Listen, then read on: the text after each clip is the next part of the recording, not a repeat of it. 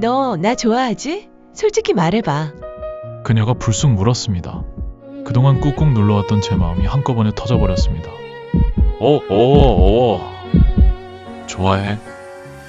저는 43년째 혈액투석 중이고 아내는 27년째 투병 중입니다. 오늘은 투석 환자인 저희 부부가 어떻게 만나서 8년 연애 끝에 결혼하게 됐는지 그 이야기를 들려드리겠습니다.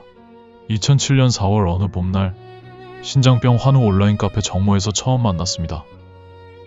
2차 카페에서 우연히 그녀가 제 앞에 앉았고 자연스럽게 투석 이야기를 나눴습니다.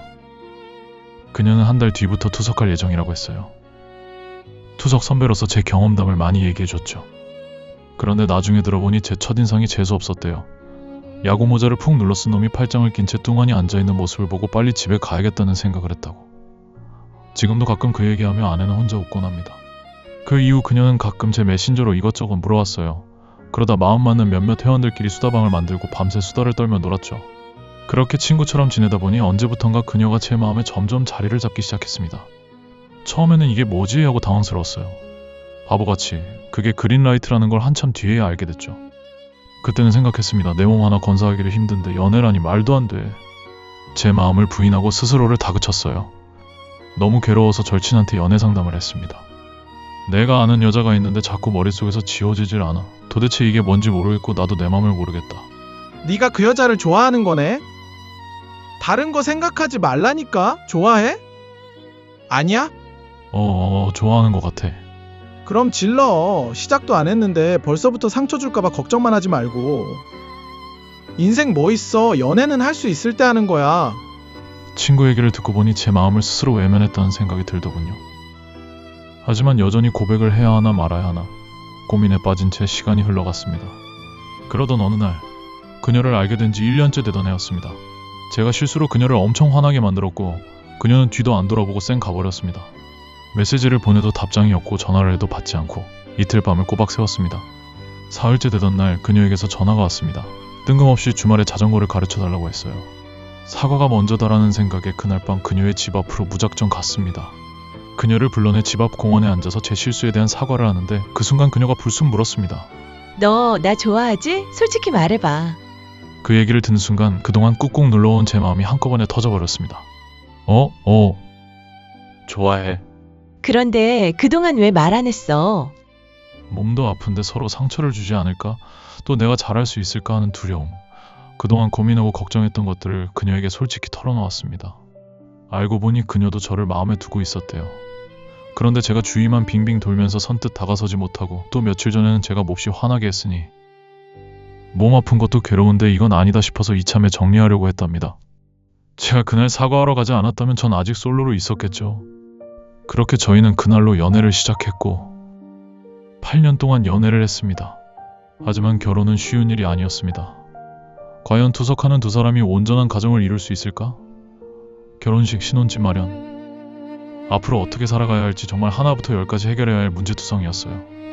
더군다나 우리 집은 신혼집을 마련해줄 여력이 없었고 제가 가진 것이라곤 그동안 모아둔 400만원짜리 적금 통장 하나뿐이었습니다.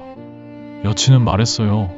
그냥 이대로 연애만 해도 괜찮아. 솔직히 아픈 몸으로 결혼 생활을 할 자신이 없어. 하지만 전 그게 싫었습니다. 언젠가 평범한 가정을 이루고 싶다고 했던 그녀의 꿈을 이뤄주고 싶었습니다. 가장 큰 난관은 제 어머니를 설득하는 것이었습니다. 넌지시 결혼 얘기를 꺼내자 어머니는 말씀하셨습니다. 너 하나도 책임지지 못하면서 무슨 결혼이냐. 남의 집 귀한 딸 데려다가 무슨 고생을 시키려고. 대충 말로는 안 되겠구나 싶었습니다. 결혼하면 어떻게 살아갈 것인지 그동안 그녀와 나눴던 대화들을 정리해서 파워포인트로 자료까지 만들었습니다. 어머니를 앉혀놓고 프레젠테이션을 했어요. 이미 예상했던 질문들이라 전 거침없이 방어를 했습니다. 그러나 어머니의 마지막 결정타에 허무하게 무너지고 말았습니다. 집은? 너네들 살 집은 있냐? 솔직히 아픈 와중에도 지금껏 열심히 살아왔는데 이 정도로 부정적이실 줄은 정말 몰랐습니다. 저 또한 욱하는 마음에 어머니께 말했습니다. 살집만 생기면 결혼할 테니 그리 알고 계세요. 그렇게 시간이 흐르던 어느 날 여친이 임대 아파트에 대해 관심을 갖기 시작했습니다. 나도 임대 아파트 신청해볼까? 그거 당첨되기 엄청 어렵다던데? 한번 시험 삼아 신청해보자. 솔직히 저는 안 될 거라고 생각해서 신청한 것도 잊고 있었는데 어느 날 여친에게서 전화가 왔습니다. 자기야, 나 됐대. 응? 뭐가 돼? 우리가 신청한 임대 아파트 됐다고. 진짜야? 정말? 이렇게 임대 아파트가 한 방에 당첨될 거라고는 꿈에도 생각하지 못했습니다.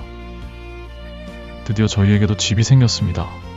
그녀의 단칸방 보증금과 제가 일부 대출받은 돈을 합쳐 임대 아파트 보증금을 넣었고 하나뿐인 적금을 깨서 그 돈으로 혼수를 마련했습니다. 집은 아내가, 혼수는 남편이. 역시나 시작부터 평범하지 않은 부부네요. 제 어머니께서는 집까지 생긴 마당에 그래 이왕같이 사는 거 짜이 잘해주고 행복하게 잘 살아라 하며 결혼을 허락해 주셨습니다. 2015년 7월부터 저희는 둘만의 작은 울타리를 만들고 신혼생활을 시작했습니다.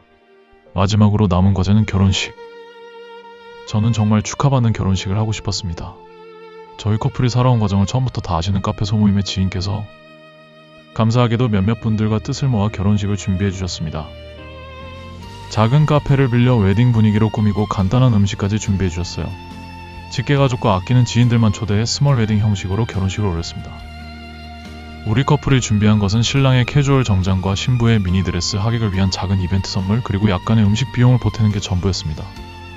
결혼식을 무사히 마치고 하객들로부터 예쁜 결혼식이었다는 칭찬을 많이 들었습니다. 저희는 그만큼 예쁘게 알콩달콩 잘 살아야겠다고 다짐하며 제주도로 3박 4일 동안 신혼여행을 떠났습니다. 신혼여행 중 하루는 나란히 누워 투석도 하고 말이죠. 투석하는 시간이 아깝긴 했지만 저희는 그것마저도 즐거웠습니다. 그 후로부터 10년, 이제는 그녀가 아닌 마눌님과 때로는 즐겁게, 때로는 아웅다웅하며 행복하게 잘 살고 있습니다. 아내는 신혼 초인 2016년 9월에 신장 이식도 받았고요. 투석 환자라고 아픈 사람이라고 연애나 결혼을 포기할 필요는 없습니다. 물론 남들보다 힘들 거라는 건 잘 압니다. 하지만 사랑하는 사람과 함께하며 행복해지는 데만 집중한다면 충분히 가능합니다. 내가 좋아하고 나를 좋아해주는 사람을 만난다는 건 정말이지 흔치 않은 기회입니다. 그러니 용기 내시길 바랍니다. 지금 이 순간은 다시 돌아오지 않으니까요. 투병 중이신 모든 분들께 작은 희망이 되길 바랍니다.